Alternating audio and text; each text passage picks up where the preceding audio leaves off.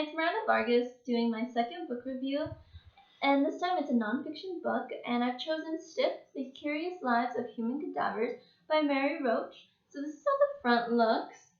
This is how the back looks. It includes a summary, readers' reviews, as well as a photo of the author, Mary Roach herself. Mine is a paperback book, so you can get this book in anywhere. Realistically, you can get it in a public library, your school library, maybe a teacher's personal library in her classroom, as well as online, such as Google Books, Barnes & Noble. You can even find it at a Changing Hands bookstore near you.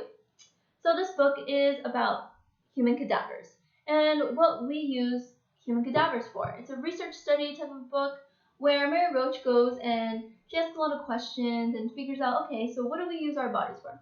So this book's main focuses talks about how we use it in the medical field, how we use cadavers in government and military uses, and thirdly, we also what the history of cadavers and how we've come to use them for science and medicine. So throughout the book, there's some topics about religion. There's some topics about what happens to our bodies when they are burned. And also, they talk about the crucifixion of Jesus Christ and science ways of figuring out all these questions that we have. And there's also a chapter where Mary Roach herself gives her own opinion of whether or not she would donate her body to science for these advancements. So I would give this book a 4 out of 5 stars because it's a very challenging book and not everyone will understand it right away. It's also a type of book that she's not trying to catch the reader's attention. This is kind of like if you're into cadavers or into science or into what happens to our bodies after life, then this is the book for you. It's very interesting if you're into stuff like that. I'm personally into stuff like that, so I found the book very interesting. It's very challenging, and once in a while I have to crack a dictionary or go online. There's a lot of medical references as well as scientific references, and they also talk a lot about different scientists and research studies and universities that you kind of need to have a background on this information to understand the book comfortably. But another reason why I found this book so intriguing, so interesting, was the humor the author uses in it.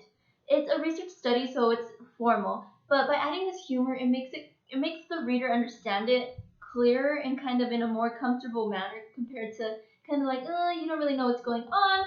But in this case, you know exactly what's going on. You're adding some humor. It's relatable to readers, and it's really good and clear. And Mary Roach really knows what she's doing. She's clear. The words she uses are strong, and that's my opinion about the book.